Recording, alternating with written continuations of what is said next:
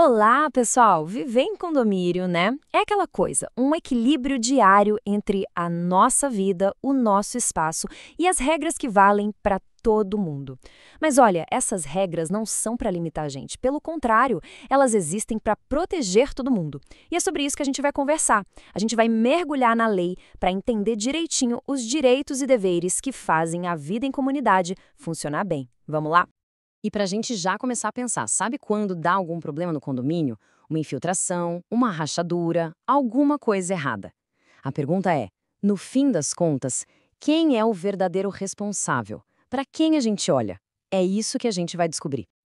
Ok, vamos para o nosso primeiro ponto. A gente vai falar sobre o síndico, que é, digamos, o guardião do prédio. Essa é a figura central, a liderança ali do condomínio, mas o que a lei realmente diz sobre o papel dele? O que se espera dessa pessoa? Beleza, então primeira pergunta para a turma, hein? Preste atenção. Pela lei, de quem é a responsabilidade final pela preservação e manutenção de tudo que é de todo mundo no condomínio? Pensa um pouquinho aí. Pode até pausar aqui o nosso papo para formular a resposta. E aí, pensou? A resposta, na verdade, está na própria definição do cargo. Se você respondeu o síndico mandou bem, é exatamente isso. Segundo a lei, no artigo 22, o síndico não é só um administrador, sabe? É a pessoa que a Assembleia escolheu e deu uma missão bem clara: cuidar, preservar e manter o patrimônio que é de todo mundo.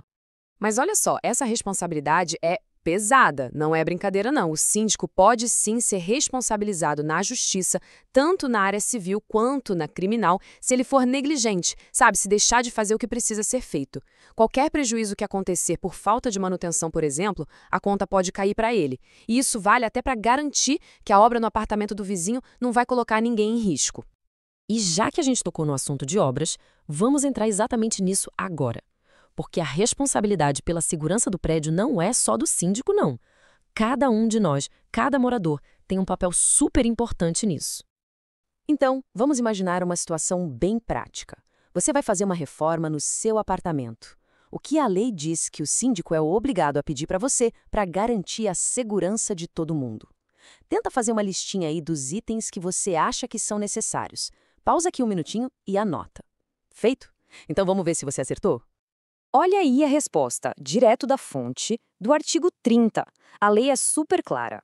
O síndico tem que pedir a participação de um profissional qualificado, um engenheiro, um arquiteto, e exigir toda a documentação, como a RT, a RRT, o projeto, enfim.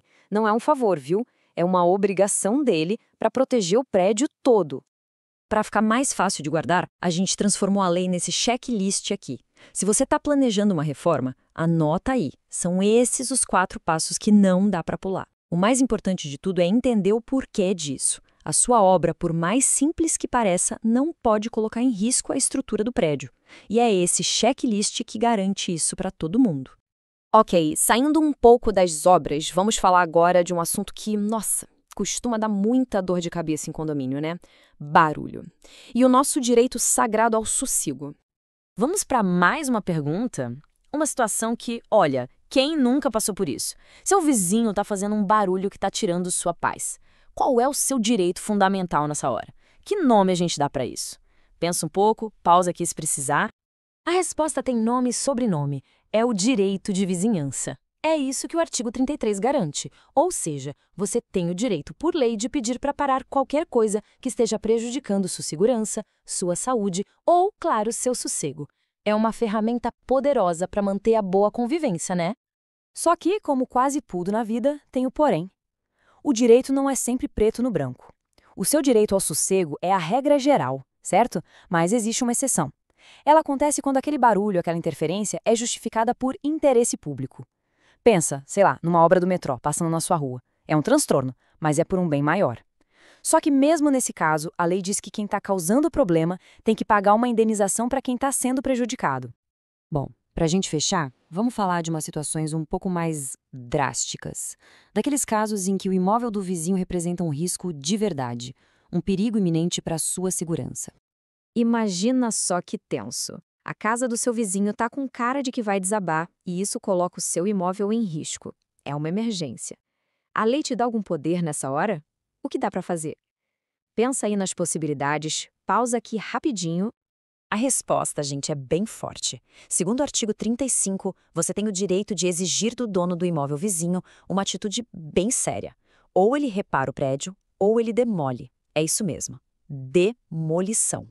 Resumindo, então, você tem basicamente 3 caminhos: exigir a demolição, exigir o conserto ou, isso aqui é muito importante, exigir uma caução.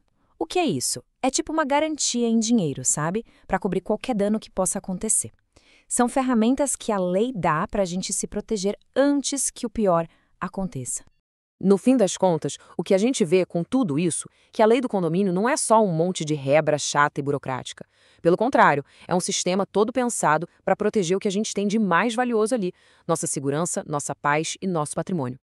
E para a gente terminar, fica aqui uma provocação para vocês pensarem. Conhecer a lei é super importante, a gente viu isso hoje.